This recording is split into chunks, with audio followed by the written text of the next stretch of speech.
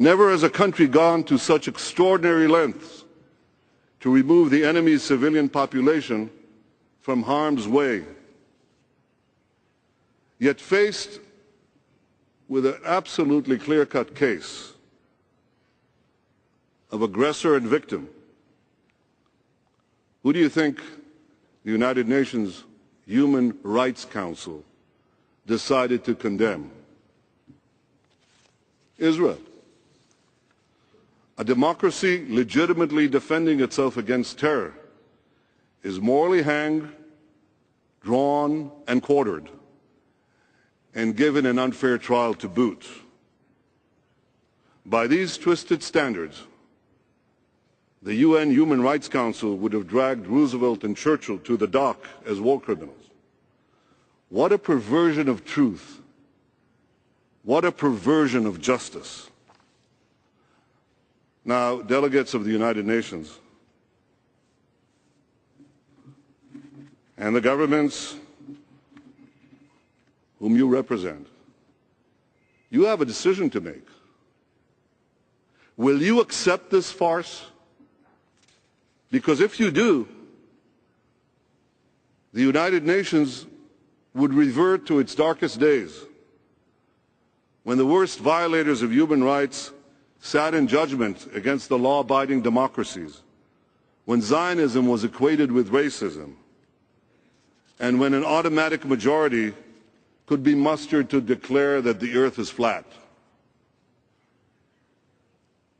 If you had to choose a date when the United Nations began its descent, almost a free fall, and lost the respect of many thoughtful people in the international community, it was that decision in 1975 to equate Zionism with racism.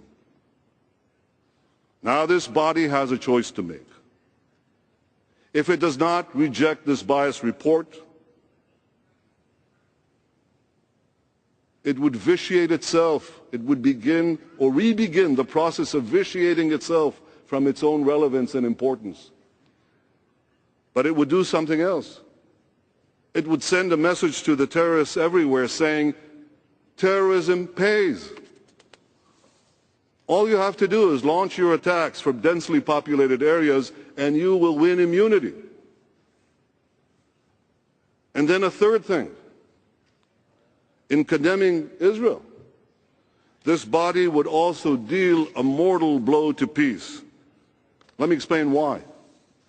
When Israel left Gaza, many hoped that the missile attacks would stop. Others believed that even if they don't stop, at the very least, Israel would have made this gesture, extraordinary gesture for peace. But it would have international legitimacy to exercise its right of self-defense if peace failed. What legitimacy? What self-defense? The same UN that cheered Israel as we left Gaza, the same UN that promised to back our right of self-defense, now accuses us, my people, my country, of being war criminals. And for what? For acting responsibly in self-defense, for acting in a way that any country would act, with a restraint unmatched by many. What a travesty. Ladies and gentlemen, Israel justly defended itself against terror. This biased and unjust report provides a clear-cut test for all governments. Will you stand with Israel, or will you stand with the terrorists? We must know the answer to that question now. Now, not later.